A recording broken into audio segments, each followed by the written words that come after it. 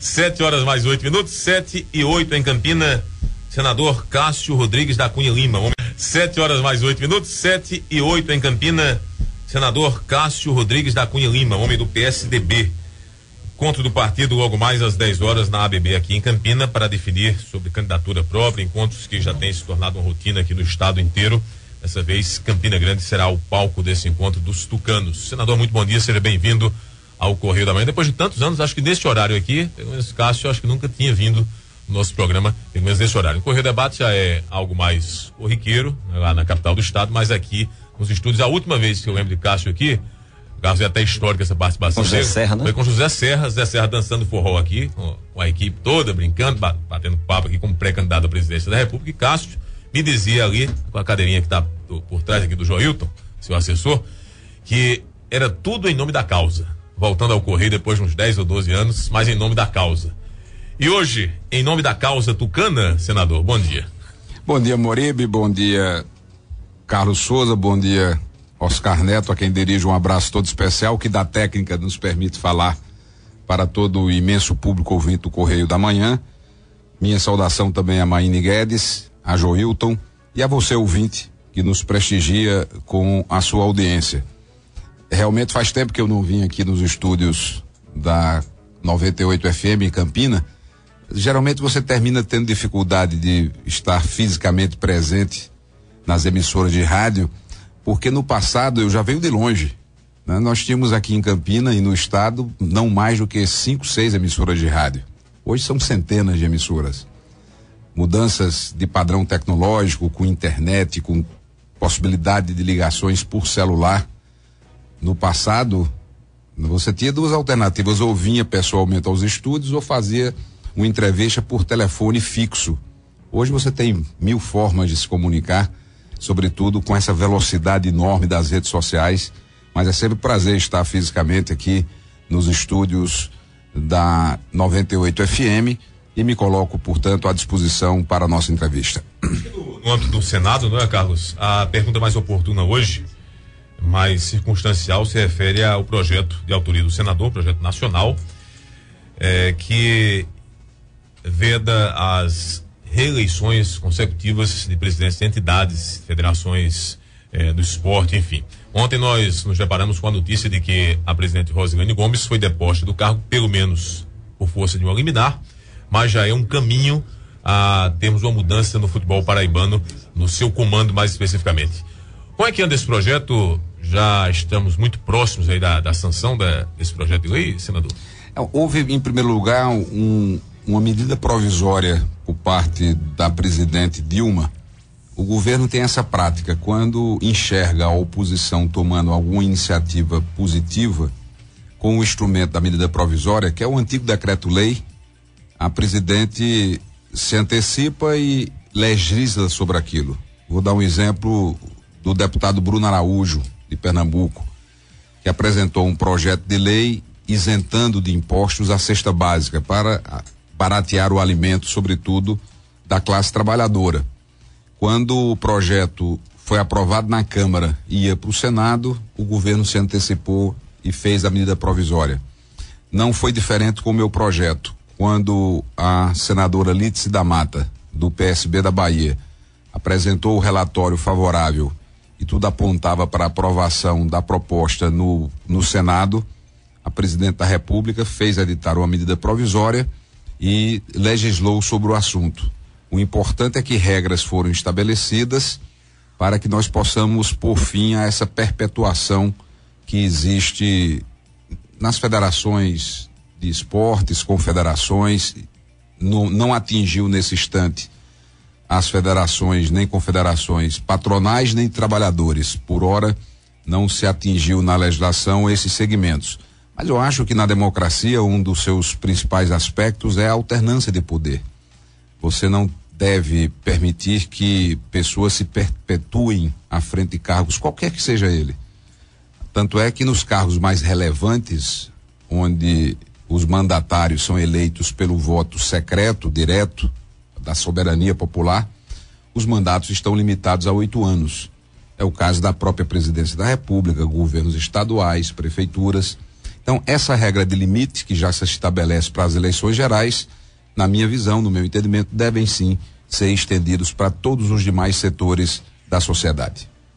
Senador, lá no Senado, a queda de braço no momento é a história da CPI para investigar a Petrobras. E os governistas agora querem que seja ampla, que ela investigue inclusive aquela refinaria lá de Pernambuco, metrô de São Paulo. Como é que os senadores da oposição ao governo estão vendo essa possibilidade? Segundo a Arlindo Quinalha, diz que o PSDB está dificultando a instalação de uma CPI lá na Assembleia Legislativa de São Paulo, que é 2 pesos e 2 medidas, está sendo diferente. Como é que está essa queda de braço lá no Senado? Veja só, Carlos, o governo tem maioria suficiente para impedir a instalação de uma comissão parlamentar de inquérito. Até aí é um movimento democrático, faz parte da regra do jogo. Se em São Paulo, por exemplo, a maioria impede a instalação de uma CPI, até aí tudo bem. Mas não é o que está acontecendo no Congresso Nacional. No Congresso Nacional está acontecendo algo extremamente grave. Recentemente eu fiz um pronunciamento no plenário do Senado, chamando a atenção da sociedade brasileira para o verdadeiro golpe que se praticava contra a nossa democracia. Porque as ditaduras, Carlos, elas não se manifestam apenas através de governos ilegítimos que não possuem a legitimidade do voto. Muitas vezes você tem ditadores verdadeiros que, mesmo tendo e recebido o sufrágio, o voto da população, são governantes que não escutam, que não dialogam, que não respeitam as instituições, que se confrontam com as instituições, e essa postura é própria de governos autoritários, de governos ditatoriais. E quando você desrespeita a Constituição, quando você rasga a Constituição Federal, você ameaça sim a democracia no Brasil, porque na nossa Constituição está previsto a possibilidade das comissões parlamentares de inquérito como sistemas de proteção à minoria, mas também ferramenta e instrumento muito eficaz de acompanhamento e fiscalização dos atos do Poder Executivo. Mas não adianta o governo tentar manobrar com a instalação da CPI, porque o que é que o governo fez? Nós da oposição, conseguimos mais do que as 27 assinaturas mínimas necessárias para a instalação no Senado de uma CPI, e ao contrário do que determina de forma clara, de maneira explícita, a Constituição Federal, que impõe o estabelecimento de uma razão clara e determinada para uma investigação. O governo, numa manobra, colocou vários temas não correlatos, não relacionados à Petrobras. Mas isso não adianta nada, porque a sociedade está atenta e a própria sociedade, com a imprensa livre e independente do nosso Brasil, fará as investigações. O fato é que o governo federal, o governo do PT, comprou por mais de 1 bilhão e 200 milhões de dólares. Olha o que eu estou falando, 1 bilhão e 200 milhões de dólares, uma refinaria que tinha sido comprada há pouco tempo atrás por uma empresa privada por 47 milhões de dólares. Então, o que tá diante, e as denúncias de propina, as denúncias de superfaturamento, diretores do alto escalão da Petrobras presos. Então, a sociedade está cansada de tantos escândalos, são escândalos de grande monta, escândalos que jamais foram vistos no Brasil. Eu vou repetir os números são tão impressionantes que é difícil até imaginar o que vem a ser 1 bilhão de dólares. Então, foi comprada a empresa por 47 milhões por uma empresa privada. Logo depois, pouco tempo depois, a Petrobras compra essa empresa que foi vendida por 47 milhões por 1 bilhão e 200 milhões de dólares. E todas as denúncias de propina, de Caixa 2, de financiamento de campanha do governo, tudo isso precisa ser apurado. E o governo tenta impedir essa investigação e não terá êxito, porque a sociedade, a imprensa já está investigando. E nós vamos fazer o nosso papel, vamos fazer o nosso trabalho para proteger o patrimônio público, proteger a Petrobras, que é um dos maiores patrimônios do Brasil, a maior empresa pública do nosso país, que nesses últimos anos perdeu a metade do seu valor. Nos últimos 3 anos, nos últimos 4 anos, as ações da Petrobras na Bolsa de Valores despencaram a metade. E é uma empresa que tem um monopólio de petróleo, minha gente. Só ela explora, só ela refina, só ela distribui, só ela... No posto de venda não, que aí você tem mais uma concorrência. Então é um absurdo o que está acontecendo. E não é só na Petrobras, nós temos problemas graves no setor elétrico, a Eletrobras quebrada, nós estamos tendo problemas com abastecimento de água, não apenas no Nordeste, mas agora também nas regiões do Sudeste brasileiro. Enfim, o Brasil vive um momento difícil, com a inflação voltando a bater a porta da família brasileira, a carestia presente na feira, no supermercado, nas mercearias. Nós temos a taxa de juros voltando ao patamar de 11% ao mês, taxa básica de juros, ou seja, sinais de uma economia fragilizada, um governo que não faz o seu dever de casa no aspecto fiscal, um governo perdulário que gasta muito mais do que arrecada, e todas essas dificuldades que estamos enfrentando na segurança pública, as pessoas aterrorizadas, as pessoas amedrontadas, sem que se tome uma providência efetiva em relação a isso, as dificuldades no campo da saúde, os problemas na área da educação. Ou seja, é momento do Brasil inteiro parar e refletir para que, com o voto da eleição do próximo mês de outubro, nós possamos dar novos rumos ao Brasil, à Paraíba, a todos os debates serão feitos na campanha eleitoral que se avizinha. Senador, inegavelmente o senhor tem se inserido no processo nacional, até muito mais como consultor hoje também do PSDB nacional, como importante liderança do partido, e eu gostaria de saber, a partir dessa realidade que vem se construindo, se agigantando com o passar do tempo, na sua visão crítica, por que é que essas denúncias todas, essa avalanche de denúncias contra o governo do PT, que vem de 2003 para cá, quer dizer, lá se vão quase 12 anos de poder, por que é que isso não reverbera? Por que é que não há uma ressonância maior política junto à população? O que é que falta para que a oposição no país consiga dar uma maior eficácia a essas denúncias? Olha, um conjunto de fatores. As pessoas, em primeiro lugar, tendem a não acreditar na perplexidade do que está acontecendo. São fatos tão graves que as pessoas dizem, não é possível que isso esteja acontecendo. E demora um pouco tempo para, digamos, as pessoas perceberem a gravidade da estrutura de poder que está montada. Porque, lamentavelmente, com todos os méritos, com os avanços que foram verificados, sobretudo no período do mandato do presidente Lula, nos 2 mandatos de Lula, e eu não tenho nenhuma dificuldade em reconhecer esses avanços, mas infelizmente o PT deixou de ter um projeto para o Brasil e abraçou exclusivamente um projeto de poder. Então toda a estrutura que o PT usou, com o aparelhamento do Estado por um partido político aparelhou o Estado brasileiro para se manter a todo preço, a qualquer custo no poder, tem trazido consequências muito danosas para a nossa população. Então a democracia é boa por isso. Ela permite a alternância, ela permite que a cada 4 anos você faça suas reavaliações. Em 2010, quando terminou o 2º mandato do presidente Lula, de fato havia no Brasil um sentimento de continuidade, o desejo de que aquelas coisas deveriam prosseguir. E lamentavelmente, já no governo da presidenta Dilma, o que se vê é um desejo de mudança. As pessoas não querem mais o Brasil do jeito que está. É perceptível que o Brasil parou, que aquele clima que o Brasil via vivendo de crescimento, de perspectiva melhor para o futuro, retrocedeu. Nós estamos tendo retrocessos no campo institucional, nós estamos tendo dificuldades em ver as ações do governo se efetivarem para a melhoria da qualidade de vida das pessoas. Não é à toa que no meio do ano passado nós tivemos aquelas manifestações gigantescas que balançaram o país, porque as pessoas cansaram. As pessoas estão cansadas de pagar muitos impostos e não ter a contrapartida de serviços essenciais, a começar pelo bem supremo da própria vida, da segurança. O que está acontecendo em Campina Grande, o que está acontecendo na Paraíba de forma geral, em termos de segurança pública, é muito grave e não se vê uma providência efetiva para que a população se sinta minimamente segura, tranquila. As dificuldades que enfrentamos na saúde não é diferente.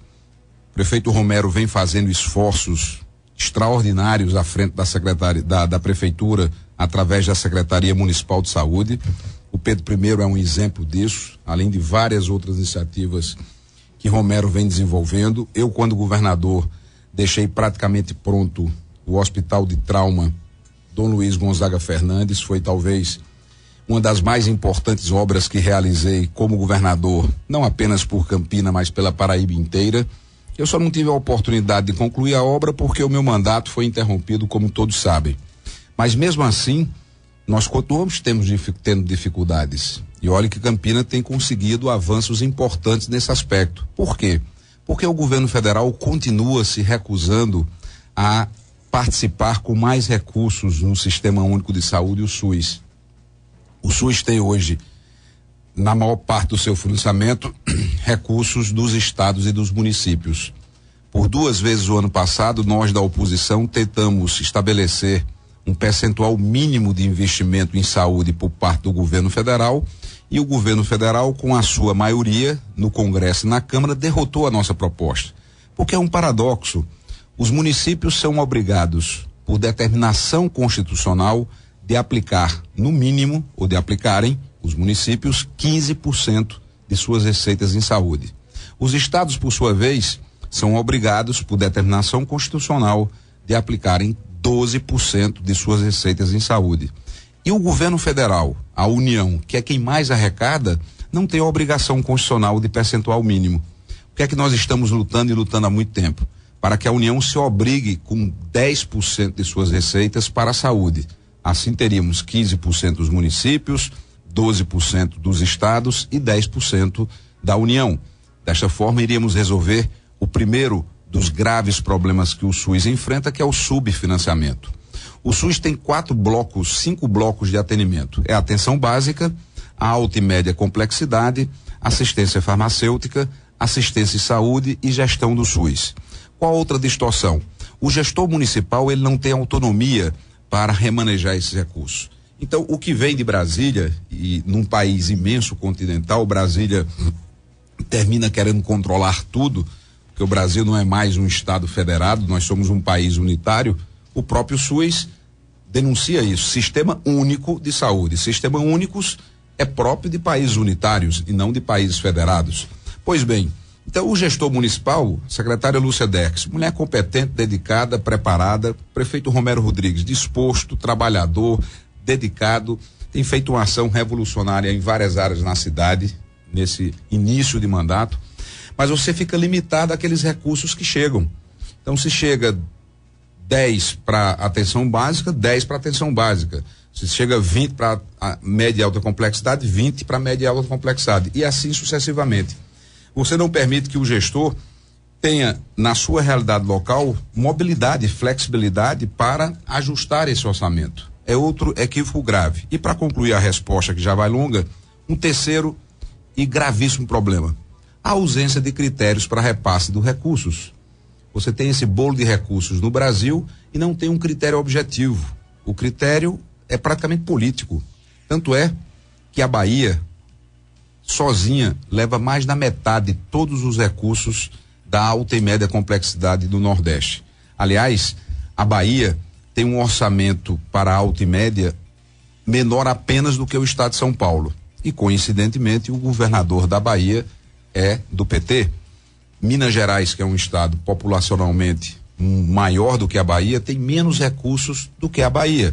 Coincidentemente, o governador de Minas Gerais é do PSDB. Até quando o nosso país vai suportar que critérios políticos partidários determinem o repasse de recursos para o SUS? Na Paraíba, eu durante 6 anos, que fui um governador de oposição, e hoje o governador Ricardo se coloca também em oposição ao governo federal, não no confronto administrativo, mas na opção política dele. Tanto no meu período de governo como agora no período de Ricardo, nós tivemos praticamente um congelamento do orçamento do SUS na Paraíba. Há praticamente 10 anos, estou falando de uma década, que não há um reajuste significativo dos recursos repassados ao nosso estado para a alta e média complexidade. Então não tem como dar certo. O layout do Brasil, o arranjo institucional do país está errado, e é por isso que através do voto eu confio que mudanças poderão ser feitas para a construção de um Brasil melhor. Reverendo, antes de mais um questionamento seu, eu gostaria de fazer alguns registros aqui de ouvintes que nos ligam, pedir desculpas de antemão aos demais, porque não vai dar tempo de registrar todas as mensagens e ligações, enfim. Mas a Marlice Agra de Massaranduba mandou um abraço ao senador, Xuxa do Monte Castelo mandou mensagens desde cedo, Fabiano da Ótica Rio, Chicão do Santa Rosa, quem mais? Jaqueline do José Pinheiro, que parabeniza também a Joelma, lá pelo seu aniversário lá no José Pinheiro. Giza manda um abraço ao senador e o seu Baixos também abraça o entrevistado de hoje aqui no Correio da Manhã. Senador, o senhor deixou o governo da Paraíba em fevereiro de 2009. O senhor está em Brasília, mas com certeza vem a Paraíba, viaja aos municípios, conversa com prefeitos, com deputados que representam cada região. Na sua avaliação, o que mudou no estado da Paraíba de fevereiro de 2009 para cá? O que melhorou? Algum ponto que o senhor possa ver que não tem avançado? Como é que está a Paraíba em relação ao estado que o senhor deixou em 2009? Carlos, antes de responder sua pergunta, retribuir o abraço e o beijo para todos que mandaram suas mensagens, enviaram fizeram seus telefonemas. Então, a todos, muito obrigado pelo carinho, pelo prestígio da audiência, para não perder o hábito. O abraço para quem for o abraço, o beijo para quem for o beijo, paz e bem para todos vocês. Natural que qualquer governo conquiste avanços e tenha problemas. Foi assim com o meu mandato, foi assim com o mandato de Zé Maranhão, de Wilson Braga, de Ronaldo Cunha Lima, de Tarcísio Buriti, de Ivan Bichara, Hernani Sátero, porque a Paraíba não foi descoberta hoje. Ao contrário do que tentam dizer alguns, que a Paraíba foi descoberta agora, existe toda uma construção passada que permite conquistas e avanços que podem ser reconhecidos.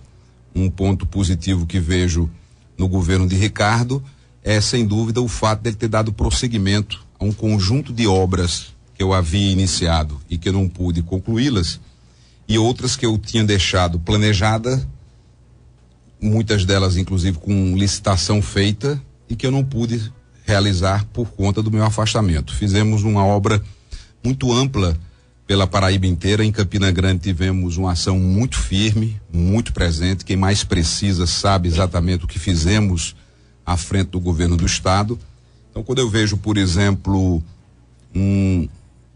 uma obra como o Centro de Convenções de João Pessoa, que é uma obra importante, deixei o projeto feito, e para fazer um projeto de uma obra dessa são 2 anos. Você não faz um projeto em 2 meses. Mas para que eu pudesse fazer o projeto do Centro de Convenções, lá atrás o governador Tarcísio Buriti fez o polo turístico. Temos a adutora de João Pessoa, cujas obras eu projetei, licitei e comecei. Eram obras que eu havia iniciado. Mas para que eu fizesse essa obra que hoje o governo de Ricardo dá sequência, lá atrás o governador Wilson Braga fez o sistema de Gramame-Mamuaba. O grande canal de Acauã a Araçagi, uma obra de mais de R$1 bilhão, uma obra da qual eu tenho muito orgulho, porque ela foi toda concebida, projetada durante o meu mandato. E para fazer um projeto de uma obra de um canal de mais de R$1 bilhão, você leva tempo, você não faz do dia para a noite.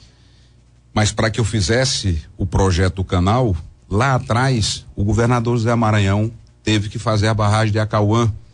Então é muita arrogância, muita prepotência alguém chegar e dizer, começamos tudo agora e a Paraíba foi descoberta nesses últimos 3 anos. Está sendo feita a estrada de Catolé de Boa Vista, uma luta do meu pai. Meu pai, quando era prefeito, Ronaldo Cunha Lima, começou a socorrer aquela população que ficava isolada, fazendo as pontes até Catolé de Boa Vista, passando ali pelo Estreito, pelo Lucas. Tentou como governador fazer a estrada, não pôde porque priorizou a alça sudoeste.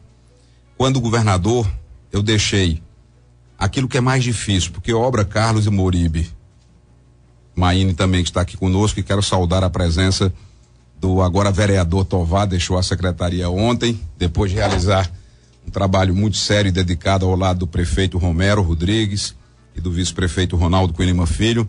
A você, Tovar, meu abraço e minha saudação. Então vamos lá para Campina Grande com a adutora, cujas obras estão em andamento, obra planejada, licitada e iniciada no meu mandato. Então, méritos para o governador que prossegue a obra, mas tem trabalho atrás. Estrada para Catolé do Boa Vista. Planejada, projetada, licitada não por mim, mas já naquele período que Maranhão me sucedeu, e iniciada por Ricardo. Mas obra se faz com projeto e dinheiro. E foi exatamente a grande herança bendita que eu deixei para Paraíba, foi projeto e recursos. Nós equilibramos sobre o aspecto fiscal o nosso estado, permitindo que ele recuperasse sua capacidade de tomar dinheiro emprestado, porque quando assumiu o governo em 2003, a Paraíba não tinha crédito para comprar uma cibalena. Essa que é a verdade, o governo do estado não tinha crédito para nada. Então, com muito esforço, com muita luta, com desgaste político inclusive, amortizamos a dívida pública num percentual elevadíssimo, o que permitiu a recuperação da capacidade de tomar emprestado do governo do estado. E todas essas obras que estão sendo feitas aí, a maioria delas é dinheiro emprestado, não é dinheiro do governo do estado. Então é muito fácil você encontrar uma casa arrumada e projetos prontos, com dinheiro, com financiamento, e tocar a obra. A execução da obra é a parte mais fácil, é a parte menos complicada. Mas óbvio que há um mérito em se tocar nessa continuidade administrativa as ações que haviam sido planejadas. Pô, não. Só uma pequena intervenção, já que o senhor falou que o governo Ricardo tem acertado em realizar a obra do canal Acauã-Araçagi. Então, Zé Maranhão errou em projetar aquela obra com adutora e tudo mais para dar suporte hídrico para Campina?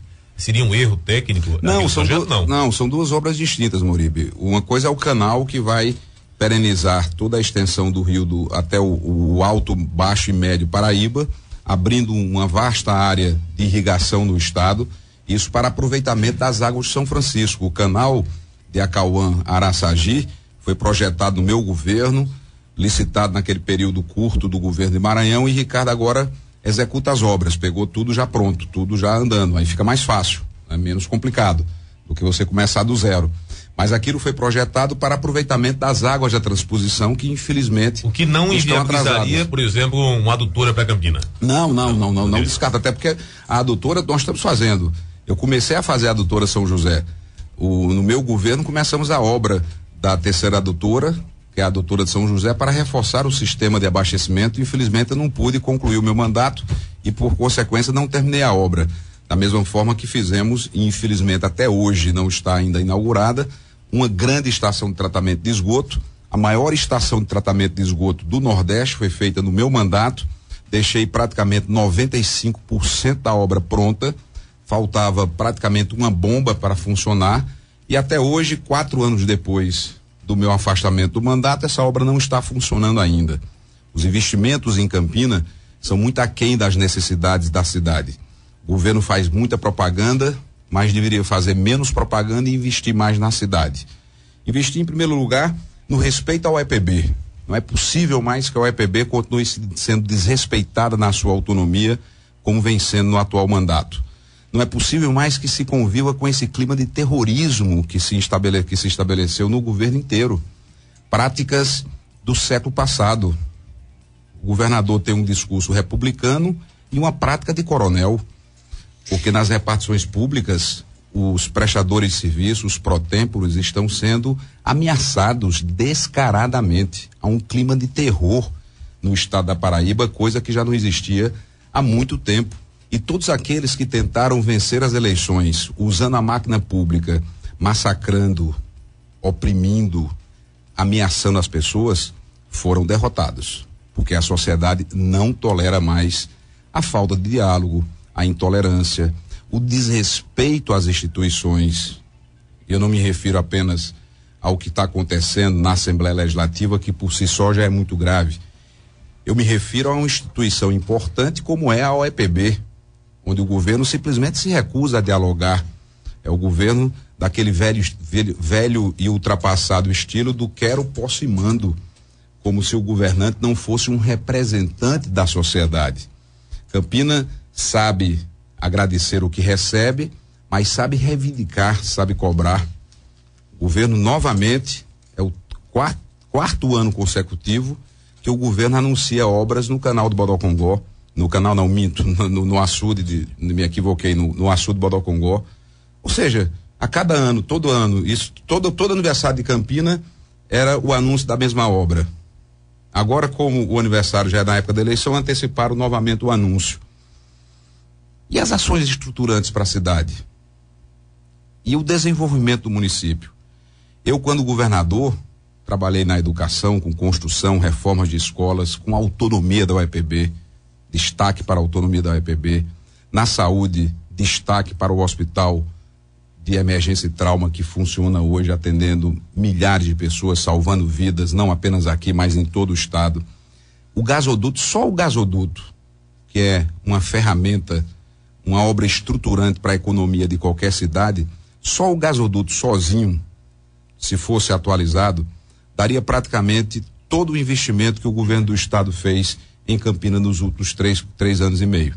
Então a cidade, quando vê uma obra melhor, uma obra bacana como é a urbanização do Amigão, e pouca gente sabe disso, é uma emenda de Romero Rodrigues, não é recursos do governo do estado. Então Romero, quando deputado, hoje prefeito, apresentou uma emenda ao orçamento que permitiu que o governo do estado, o orçamento da União, fizesse toda a urbanização do entorno do Amigão. Então, aquilo, o pouco que tem de bom, não tem recursos diretos do governo do estado. Festival de Inverno, festival que completa, eu acho que vai completar, eu acho que perto de 50 anos. 35 anos, 40, enfim, muito tradicional. Para conseguir R$20 mil de um patrocínio do governo do estado, com muita luta, com muito esforço. Na mesma época, a Areia merece, claro, tem o seu festival de cultura, o seu Brega Areia. Eu quero saber por que o governo do estado, na mesma época, coloca R$800 mil no Festival de Areia, e a Areia merece esses R$800 mil, até mais. O que não é possível é que, enquanto uma cidade recebe 800 mil para o seu Festival de Inverno, que é o Festival de Areia, Campina Grande receba R$20 mil do governo do estado. Até quando a cidade vai ser discriminada, vai ser preterida, usada apenas para se pedir votos? Não, quem pede voto em Campina tem por ela trabalhar. O governador foi vencedor aqui e deve à cidade. E deve uma ação mais presente de obras, a começar pela atenção na segurança pública, pelas dificuldades que estamos tendo nessa área, onde a cidade está assustada, as pessoas não têm mais a tranquilidade que tínhamos há anos atrás. Então é esse debate, essa cobrança, de forma respeitosa. Não adianta ele que eu falo é Ricardo, porque Ricardo tem uma característica: quando é criticado, ao invés de receber a crítica de forma moderada, refletir se a crítica tem fundamento, ouvir a crítica, não, ele parte para o ataque. A propósito, senador, confronto. É a estratégia dele. Disse aqui essa semana que, quando o senhor falou do discurso republicano e a prática de coronéis, ele disse que essa carapuça não cabe na cabeça dele. Isso seria bom, Cássio, provar saber se começar a experimentar essa carapuça. O senhor já confessou que está um pouquinho gordo, é chunchudo, tem experimentado muitas camisas, eu creio. E carapuça tem experimentado também? Não, porque sabe por quê? Quando eu me referi a discurso republicano e prática de coronel, não foi uma argumentação retórica. São fatos. Eu, quando governador, por exemplo, jamais fui capaz de perseguir pessoas. Eu buscava metas, eu procurava objetivos. Ricardo e o seu governo têm perseguido pessoas de forma impiedosa. Prestadores de serviço pró-tempores com 15, 20, 25, 28 anos de serviço, que são demitidos porque não fazem a confissão de fé de voto ao governante plantão. Isso é um absurdo. Isso é uma prática de coronel. Não é aceitável que alguém com 28 anos, e algumas dessas pessoas portadoras de câncer, pessoas que estavam com AVC, são descartadas como quem descarta um copo plástico como esse. Pessoas que têm a vida sacrificada e que não têm mais chance de se reconstituir na vida, porque já estão perto dos seus 60 anos, e que são tratados como um objeto, porque simplesmente não querem fazer a profissão de fé do governador. Isso é inadmissível. São milhares de pessoas nessa situação ao longo dos últimos anos. Eu não imagino e não acredito num exercício de poder que não seja para fazer o bem, para tentar ajudar as pessoas. Ter poder para praticar o mal, para trazer a desesperança, o desespero na casa das pessoas, ter poder para querer impor através da propaganda que os problemas não existem. Tá aí a segurança pública. Se você for ouvir o governador, ele disse: não, tá tudo muito bem, investimos tanto na polícia, os homicídios caíram, ótimo se os homicídios caíram, mas os crimes patrimoniais aumentaram violentamente, os assaltos, os sequestros relâmpagos. Então você tem um governador que simplesmente acha que o que vale é a opinião dele, acha que o que vale é a palavra dele, e que a sociedade como um todo não tem o direito de reivindicar, não tem o direito de reclamar, porque se reclamar vai ser demitido. Aqui para fazer um jogo franco, porque eu não estou para brincadeira nessa história. A imprensa da Paraíba, faça uma crítica aqui para o secretário de comunicação não vir lhe ameaçar. Experimente. E eu estou dizendo a você, Moribe, né? Para carapuça também, ver se cabe na sua cabeça. Faça uma crítica mais contundente, que no dia seguinte o secretário de segurança de imprensa vem aqui pressionar, telefona pro proprietário da emissora. O Estorzi é assim, Cássio? Olha, eu não trato de pessoas, eu estou falando de posturas de governo. Sim, o secretário institucional, comunicação institucional. Eu não fulanizo essa Mas nós já fizemos essa experiência aqui no cotidiano, o Joilton deve acompanhar o programa e sabe disso, recebe pelo menos as gravações do programa. Temos críticas à CAGEPA aqui cotidianamente, críticas à segurança pública também muito fortes, mas eu nunca recebi um telefonema nem um WhatsApp de Torres para ameaça não, Cássio. Pelo menos assim. As suas críticas estão leves, pode ter certeza. Pelo menos do ponto de vista da comunicação, não tem acontecido. Porque jornalistas me falam que quando fazem uma crítica mais contundente, inclusive tem uma história que precisa ser apurada, jornalistas na folha extra do Estado, pessoas que estão recebendo recursos, isso terá que ser apurado devidamente. Enfim, nós vamos fazer esse debate todo. Eu estou aqui para contribuir com a discussão pela construção de uma Paraíba melhor. Eu não posso concordar com o governo que impõe o medo, estabelece um clima de terror, que desrespeita as instituições, que não dialoga com a sociedade, a UEPB é um exemplo, e que faz da propaganda um instrumento de expressão de vaidade pessoal, como se, por exemplo, e Ricardo tem virtude, tem acertos, mas aonde ele erra muito gravemente, e onde ele acerta porque tem um trabalho anterior, que não vem dele somente. Então, se tem feito obras, tem um trabalho anterior que eu fiz, principalmente no meu período de mandato, que não é reconhecido, paciência, é um direito dele fazer da forma como bem desejar. E sobretudo, olhando para Campina Grande, há de se compreender que a ação do governo é muito modesta na nossa cidade. 3 anos e meio depois, praticamente, do início do mandato, você não consegue encontrar em Campina nada estruturante que possa dizer, valeu a pena votar em Ricardo Coutinho para governador, e isso vale para diversas regiões do estado. E aonde tem de bom, apesar de Ricardo não reconhecer, tem sim, querendo ele ou não, um trabalho anterior que fiz, que possibilitou a realização dessas obras. 7h44, agora 7 horas mais 44 minutos em Campina. Abraçar os nossos ouvintes, Flávia Vidal acompanhando o programa, entrevista do senador Cássio, Teles Albuquerque e professor Joel, ambos homens do esporte, acompanhando também o Correio da Manhã. Zé Araújo, secretário de comunicação do município, também acompanha o programa conosco. 7h46, daqui a pouco a gente volta perguntando a Cássio aquilo que todo mundo quer saber. A opinião dele, atenção, depois do comercial, audiência total, reverendo Souza, a opinião do senador Cássio sobre a eliminação do Fluminense do Campeonato Carioca. Daqui a pouco a gente...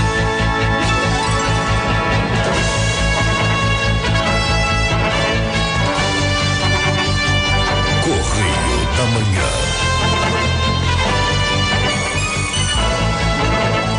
7 horas mais 50 minutos em Campinas, 7h50, de volta com o jornal Correio da Manhã, jornalismo que pensa e faz pensar.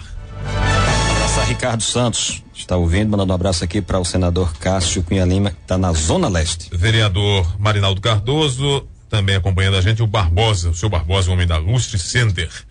Senador Cássio Cunha Lima, encontro hoje do PSDB, qual a expectativa desse encontro aqui em Campina? Naturalmente se imagina algo muito mais robusto que já aconteceu nos outros municípios do estado, que vem acontecendo. E o senhor espera até quando ter uma definição de apresentar o nome do PSDB? A todos nós, sejamos muito sinceros, sem nenhum arrudeio, todo mundo imagina que seja o nome do maior líder do partido aqui no estado como candidato ao governo. Até quando deve haver essa apresentação oficial como pré-candidato?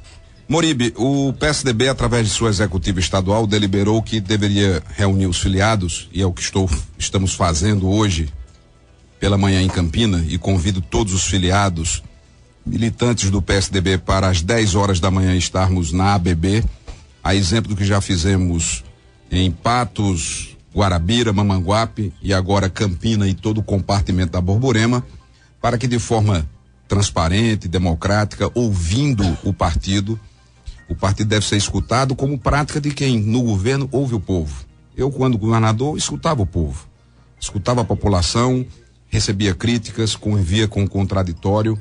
Não adianta você ter discurso republicano e postura de coronel, como acontece hoje com o governador Ricardo Coutinho. É exatamente isso. Discurso republicano, mas postura de coronel.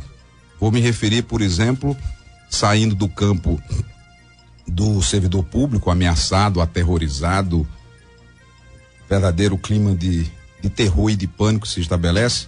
Eu estava em Patos, no encontro do PSDB lá, e presente Pinto do acordeon, um dos melhores artistas da nossa terra. E Pinto espontaneamente se levantou e disse: estou há 3 anos sem conseguir tocar no meu estado porque sou perseguido politicamente.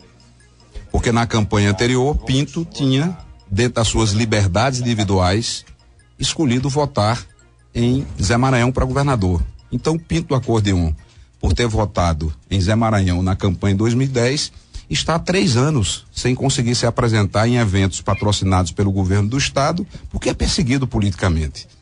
Isso é inaceitável. Isso é inaceitável. Então, o PSDB, exercendo sua democracia interna, está fazendo os encontros para decidir se mantém a aliança com o PSB, e acredito que essa possibilidade está praticamente descartada. Eu posso dizer, está descartada, porque já nos encontros de Patos, Guarabira e Mamanguape, por unanimidade, os filiados do partido decidiram pela candidatura própria.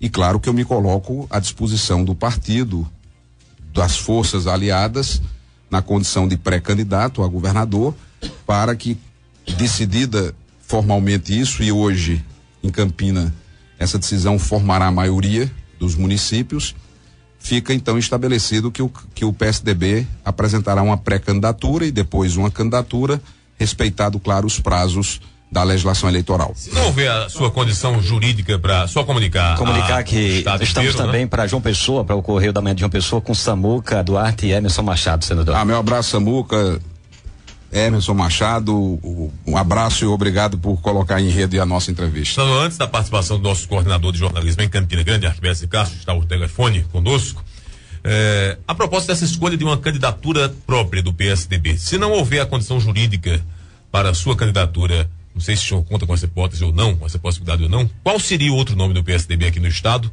a ponto de levar a eleição, digamos, para o segundo turno e ter a força que o senhor tem, ou pelo menos pretende demonstrar nessa eleição? Moriba, a sua pergunta é muito oportuna para poder esclarecer mais uma vez essa questão da elegibilidade. Quando eu fui afastado do governo, quando eu fui cassado em 2009, e aí não vou repetir que a cassação foi injusta, porque foi. Eu ganhei legitimamente. Eu fui eleito no primeiro e segundo turno de 2002. A Paraíba, com a soberania do seu voto, me elegeu governador no primeiro e no segundo turno de 2006. Então foram 4 eleições para governador que o povo da Paraíba, livre e soberanamente, me elegeu.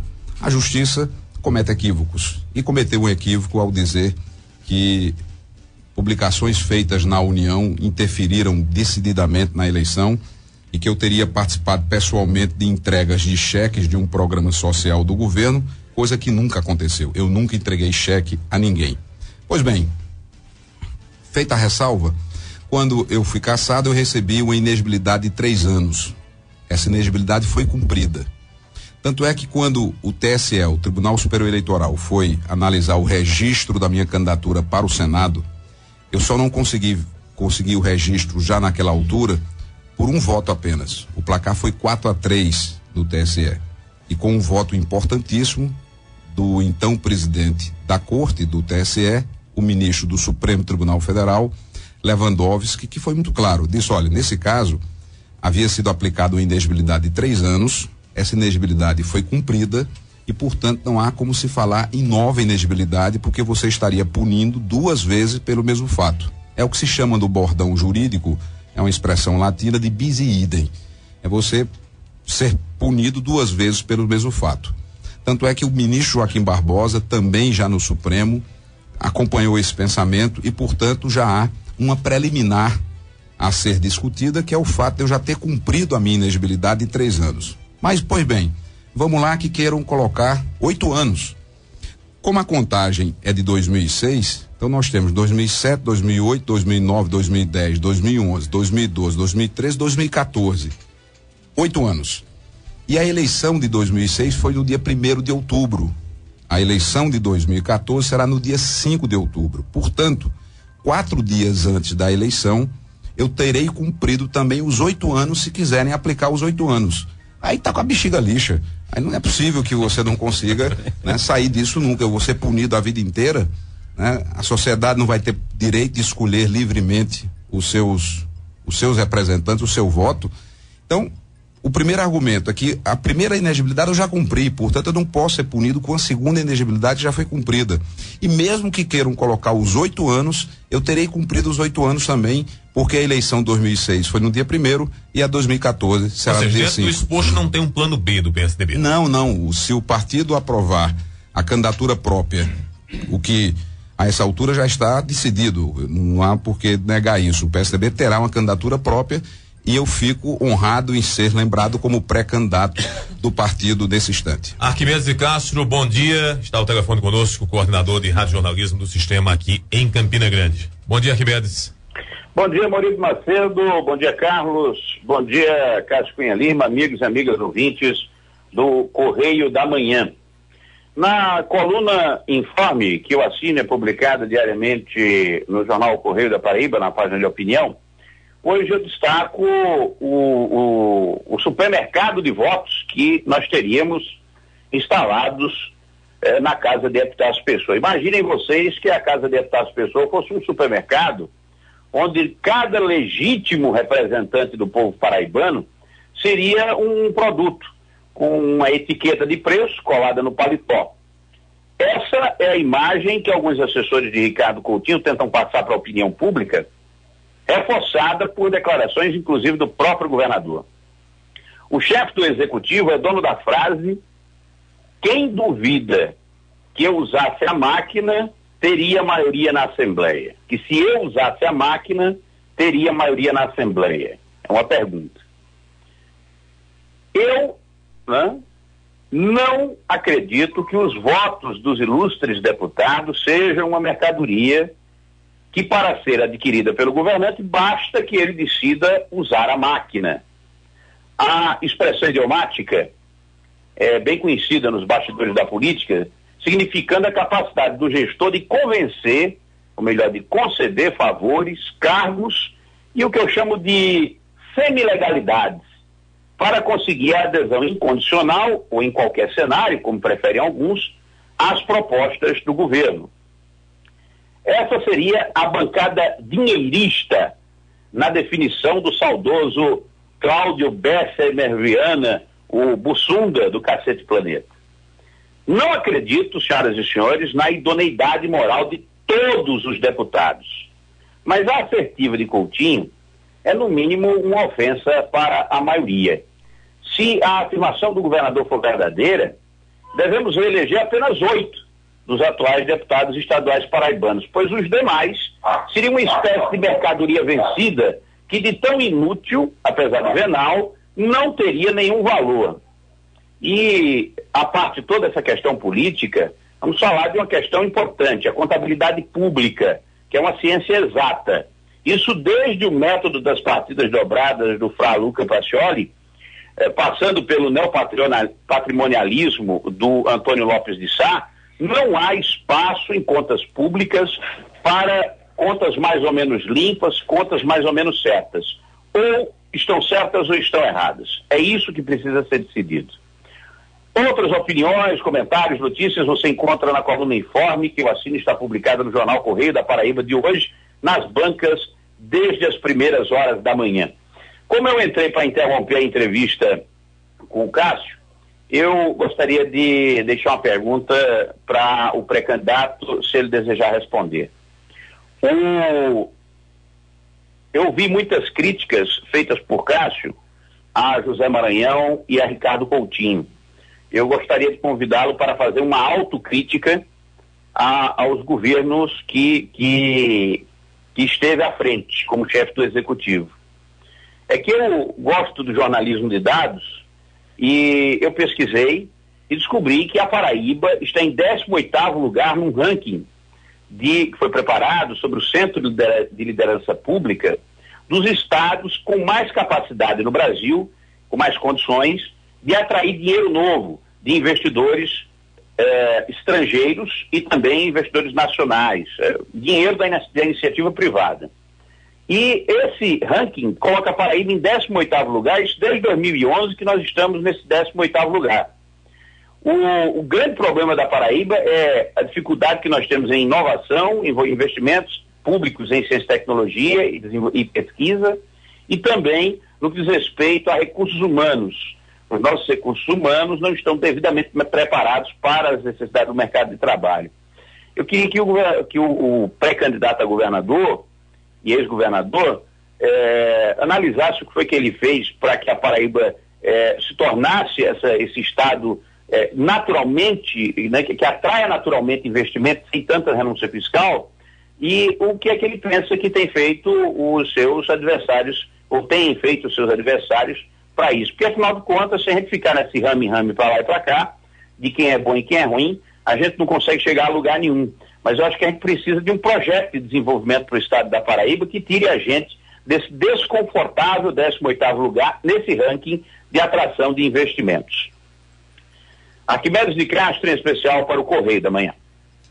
Arquimedes, eu agradeço sua participação, mas permito-me fazer um comentário sobre o seu artigo publicado no Correio da Paraíba de hoje, uma vez que as declarações do governador são extremamente graves. Os deputados da Paraíba não são golpistas e não são vendilhões de votos. Quer dizer que quem apoia o governo é bom, quem não apoia é ruim. Na democracia você tem que ter oposição e tem que ter governo. Tanto uma coisa como outra é muito importante. E na democracia é preciso, sobretudo, saber ouvir, dialogar, receber críticas, aprender com a crítica. E Ricardo tem um estilo que é desqualificar a crítica. Ele, numa expressão que ele costuma usar muito, ele parte para cima. Ao invés de, por exemplo, estar prestando esclarecimentos à opinião pública, que é a obrigação dele como governador. As contas do governo tiveram recomendação de reprovação pela auditoria do Tribunal de Contas, pelo Ministério Público do Tribunal de Contas e pelo voto do relator, o conselheiro Humberto, salvo engano. Ao invés de atacar a Assembleia, para desqualificar a Assembleia, o que o governador Ricardo tinha que fazer era prestar esclarecimento à opinião pública. Acho que a Assembleia tem toda a autonomia e fará isso de discutir, debater, conceder ao governo o direito à ampla defesa, estabelecer o contraditório, realizar audiências públicas, convocar secretários, se preciso for, convocar o governador, e o governador convocado terá que comparecer à Assembleia, porque a Constituição assim determina. E ao invés de desqualificar, porque pode observar, no confronto com a EPB, qual foi a estratégia de Ricardo? Ao invés de abrir o diálogo, é desqualificar a universidade, é desqualificar a reitora da época, a secretária Marlene. Até bem pouco tempo atrás, quando eu era aliado dele, era tudo muito bom. Agora, qual é a tentativa dele? É me desqualificar. E não se faz política se desqualificando, se faz política debatendo, ouvindo uma opinião, ouvindo a outra, para que a população soberanamente discuta. Ou seja, Ricardo tem discurso republicano e prática de coronel. Só os coronéis mais déspotas, mais ditadores, é que geram um confronto com instituições que perseguem pessoas humildes, que não dialoga, que não convive com a crítica, como o Ricardo tem feito. Então, o que tem que ser feito é esse debate, é essa discussão de forma clara, de forma serena. Quanto à sua pergunta, Arquimedes, e o seu texto, Arquimedes, concluo, é muito importante porque a afirmação é de uma gravidade extrema. Aliás, o governador tem feito afirmações graves que exige que o Ministério Público Eleitoral fique atento. Semana passada, em entrevista, o governador disse com todas as letras, recuou porque não teve como manter a decisão que iria exonerar mais de 6 mil pessoas, impondo esse terrorismo, essa ameaça, para saber quem estava engajado com o projeto de reeleição. Isso é um crime eleitoral gravíssimo. Foi o próprio governador que fez essa afirmação. Recuou porque ele anunciou que os atos seriam publicados no dia 31. Talvez tenha esquecido que iria, aí sim, ia cair como uma luva, sair da carapuça para a luva. 50 anos da ditadura, o governo do estado demitia 6 mil pessoas por perseguição política. Aí ficou pro dia seguinte, não ia prestar porque foi o 1º de abril. O senhor lembra quantos comissionados foram afastados no seu governo? Pessoas que eram ligadas a Zé Maranhão? A Roberto Paulino, mais precisamente? Não, porque eu não fiz esse ato. Não teve um ato desse Não. Também? Eu sou humano, Muriba. Eu tenho um coração, eu tenho alma. Aqui no meu peito bate um coração que nasceu de Ronaldo Cunha Lima e Glória Cunha Lima. Nas minhas veias circulam sangue, com solidariedade, com amor, com fraternidade. A maior crítica, naquele tempo, eu já estava perdendo a paciência com as críticas que eu ouvia dos meus aliados, da minha família, dizer: o seu governo está cheio de maranhista, o seu governo está cheio de maneira, demite esse povo. Eu digo: não vou demitir. São pessoas que estão trabalhando e que estão cumprindo seu papel. Eu fui pressionado por alguns aliados para assinar esse ato comum de demissão no primeiro mandato. Aí veio o segundo mandato, aí eu estava sucedendo a mim mesmo. Fiz uma reforma administrativa onde extingui, por economia de recursos públicos, mais de 3 mil cargos comissionados. Aí sim, sucedendo a mim mesmo, já no meu mandato, no segundo mandato, eu fiz um ato geral. Mas no primeiro mandato, não assinei ato exonerando todo mundo. Esse segundo ato foi por força de decisão do Ministério Público, orientação da Justiça? Não, uma decisão administrativa, dentro de um contexto de uma reforma administrativa. Nós tínhamos feito uma reforma administrativa, tínhamos feito uma redução dos cargos comissionados para fortalecer, para privilegiar os funcionários efetivos, com os planos de cargos que fizemos, com a valorização salarial, com os concursos públicos que realizamos. Então, de um lado, eu diminuía os cargos comissionados e, por outro lado, numa medida correta, realizava concursos públicos, como deve ser feito. Então, nós fizemos uma reforma administrativa para fortalecer o servidor efetivo, com plano de cargos, com reajustes, com valorização ao servidor, e também concursos públicos para que as pessoas que queriam ingressar no Estado tivessem sua chance. Completamente diferente do que foi feito agora por Ricardo, que terminou sem publicar o ato. Ele vai esperar passar talvez essa semana, ou talvez tenha recuado de vez. E talvez tenha recuado, sabe por quê? Porque ainda há altivez na Paraíba.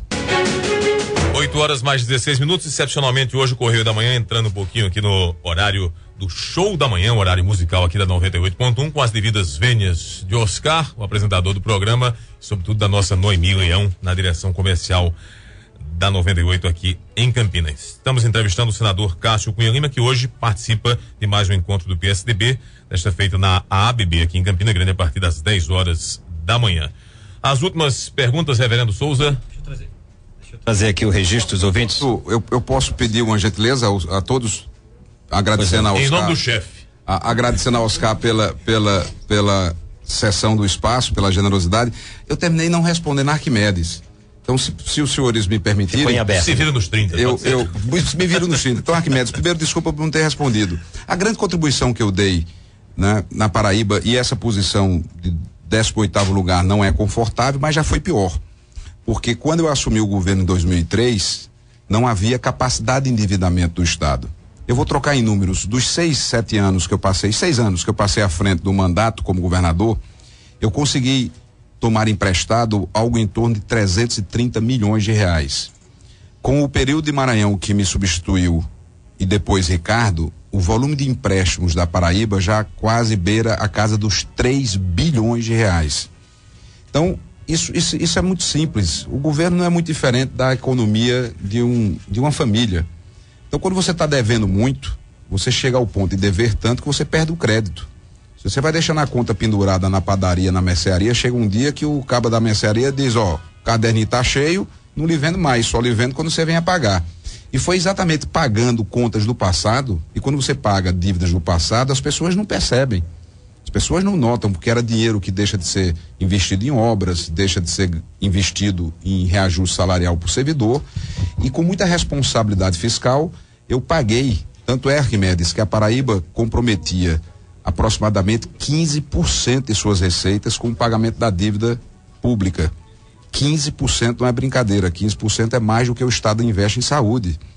15% é mais do que toda a soma do repasse da Assembleia, Tribunal de Justiça, Tribunal de Contas, Ministério Público. Depois da folha de pessoal, era o pagamento da dívida pública a maior despesa do governo no meu mandato.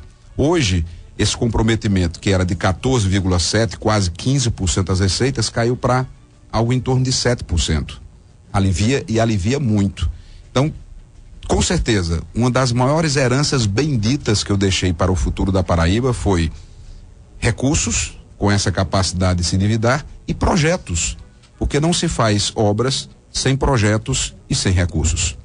Murilo, deixa eu registrar aqui a mensagem de Ivani, irmã do Coronel Hilton, mandando um abraço para o senador Cássio. Marcelo Fuc também mandou mensagens. Raif da Bela Vista, e a nossa ouvinte Regiane mandou o seguinte um questionamento: se o senador sabia que Ricardo era assim, por que apoiou em 2010? Ou seja, o senhor se arrepende da aliança de 2010? Não se deve arrepender. O que você tem na democracia, e é por isso que os mandatos não são eternos, é por isso que de 4 em 4 anos você tem a possibilidade de fazer uma revisão, de fazer uma autocrítica, de dizer, opa, eu pensei uma coisa, foi outra. Então, eu não sabia que Ricardo era assim. Eu não podia imaginar que logo quando chegasse ao governo, ele estaria se confrontando com a EPB. E olha que eu tive uma postura muito responsável, extremamente responsável pela governabilidade. Eu com muita serenidade, com amadurecimento que já tenho a essa altura, amanhã eu completo 51 anos de vida, mais buchudo, Mori tá dizendo, mais buchudo, tô mais buchudo. Não, o senhor mesmo disse na entrevista. É verdade, tô mesmo. Vou tentar emagrecer, e na campanha eu acabo terminando emagrecendo se eu for candidato realmente, parece que você, né? Pela decisão do partido, sou pré-candidato hoje. Então, tive muita responsabilidade com a governabilidade.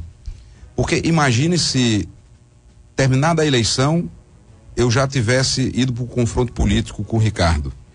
Não era tempo para isso. A democracia tem seu calendário. Depois da eleição, tem que se trabalhar, tem que se produzir, e fiz o possível para que o governo tivesse êxito. Inclusive, até bem pouco tempo atrás, o PSDB participava do governo, com um secretário do calibre, da qualidade, do talento, da honestidade, da competência de um Gustavo Nogueira. E Gustavo é responsável também, como secretário, por parte significativa dessas ações que o governo apresenta como se fosse só dele. E não é. Tem trabalho de muita gente por trás disso. Então chegou o momento, agora sim, se eu estivesse apoiando a reeleição de Ricardo, aí sim eu estaria concordando com ele. Como não concordo com essa prática, com essa postura, é que estamos discutindo a candidatura própria do PSDB. Então, se eu votasse nele, porque em 2010 era uma carta de intenção, era uma carta de compromisso. Nós mal nos conhecíamos, nós éramos adversários políticos e fizemos uma aliança pela conjuntura e pela circunstância política. Então fizemos uma carta de intenção. Era um papel em branco, estava assinado com uma carta compromisso, papel em branco não. Claro que tinha uns compromissos, né, programáticos, etc. 4 anos depois, eu não assino embaixo o governo de Ricardo. Não assino porque eu não concordo com a prática dele. Os senhores conversaram muito certamente para fazer aliança e para desfazer, para chegar a esse rompimento. Teve muita conversa ou tem tido muita conversa? Ricardo tem um estilo de conversar pouco. É a forma dele. E eu tenho que respeitar. Eu respeito, mas não concordo. São coisas distintas. Eu respeito o estilo dele. O estilo de não ouvir, de não dialogar, de não compartilhar decisões. Ricardo é aquele estilo do quero, posso e mando. É assim que vai ser. De não ponderar. Quando eu ponderei com ele sobre a admissão de pró-tempores. Eu digo, governador, não faça isso. Faça, no mínimo, um critério temporal. Pegue pessoas que tenham, pelo menos, no mínimo, de 10 anos para frente, você não demita. Porque você está atingindo as pessoas. Se você pegar pessoas mais jovens, essas pelo menos têm alguma chance de construir uma alternativa na vida. Mas pegar uma mulher, um homem com seus 58, 60 anos de idade e colocar no olho da rua, sem piedade alguma, sem piedade, depois de 25, 28 anos de serviço prestado ao Estado, e minha gente, eu estou falando de vigilantes. Eu não estou falando de carro comissionado de secretário, não. Secretário, o governador pode mudar à vontade, é do direito dele. Agora, chegar numa escola e demitir um vigilante que tem 25, 28 anos de serviço, à beira de uma aposentadoria, por questão política. Eu não estou falando de uma, de duas pessoas, não. São milhares de pessoas. Pegar uma merendeira de uma escola, alguém que trabalhou num hospital, dedicando-se a vida inteira. Eu não quero ser governador para fazer esse tipo de política. Só para finalizar, senador, estamos com bastante estourado. Uma última pergunta aí que não quer calar, todo mundo está esperando por ela do ponto de vista eleitoral. É verdade que já existe um acordo de bastidores entre o senhor e o senador Vitalzinho lá em Brasília para, num segundo turno, PMDB apoiar a PSDB e vice-versa? E se existe esse acordo ou não, e também se as portas estariam totalmente fechadas para Ricardo Coutinho no futuro? Olha, Maurício, não tem nenhum acordo, não tem nenhum entendimento. Eu tenho uma ótima relação, até porque convivemos praticamente diariamente no período que estamos em Brasília com o senador Vitalzinho e com a própria deputada Nilda, como eu tenho, não apenas com Dona Nildinha, com todos os deputados da bancada, um bom relacionamento. Nós estamos numa fase interna do PSDB, que é a discussão sobre a pré-candidatura. Seria muito deselegante da minha parte interferir na economia interna de outros partidos. Pelo que a imprensa tem divulgado, o PMDB também tem uma pré-candidatura com o ex-prefeito veneziano. Então, em respeito à pré-candidatura do ex-prefeito veneziano, não há como fazer especulações sobre qualquer tipo de aliança, uma vez que o PMDB tem também uma candidatura própria. E ninguém pode se arvorar como dono de voto, dono da Paraíba. Eu não sou dono do voto de ninguém, eu tenho o meu voto e pronto. As pessoas estão autônomas, livres para fazer suas escolhas. E eu não tenho a arrogância de dizer que fulano ou beltrano vai para o primeiro ou para o segundo turno. Confirmada a minha candidatura, hoje estaremos confirmando uma pré-candidatura, vamos no tempo próprio fazer a discussão, apresentar propostas, mostrar a Paraíba o que já fizemos, quem mais precisa sabe exatamente o que fizemos, o estilo, a forma de governar dialogando, respeitando as pessoas, trabalhando por quem mais precisa, respeitando os humildes.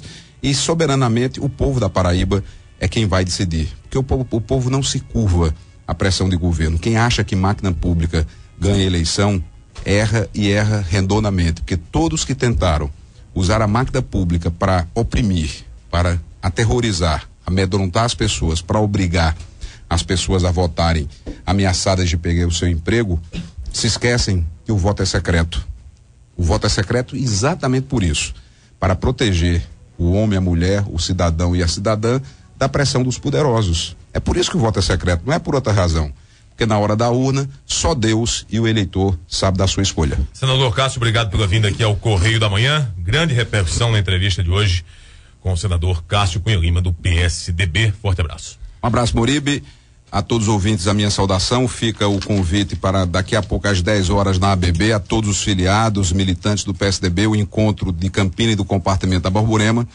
E quero, ao encerrar, fazer um pedido público de desculpas, que não quis lhe ofender com a história da carapuça. Eu apenas fiz Não, até porque quem fez esse questionamento foi o reverendo Souza, que esteve com o governador. Foi, ou vocês aqui, né? Só para deixar claro que eu tenho muito respeito a você, Moribe, tenho respeito a Carlos, tenho respeito a todos que trabalham na imprensa paraibana, e fazer apenas essa ressalva para que não fique um mal entendido dentro de uma postura de respeito que devo ter a todos que trabalham, que realizam o seu ofício diariamente. E você tem certeza. Foi pelo calor da emoção.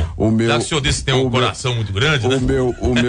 Não, sabe o que é? É porque como o tempo estourou, um dia eu vou contar o que foi. Foi em solidariedade a um episódio que aconteceu ontem à noite, e um dia eu conto. Ah, tudo bem. Vamos guardar essas revelações então. 8h25 agora. A guilhotina do tempo foi acionada, estamos indo embora, prometendo voltar com a permissão divina e a sua sempre campeoníssima audiência, amanhã a partir das 6 horas com outro Correio da Manhã. Você acabou de ouvir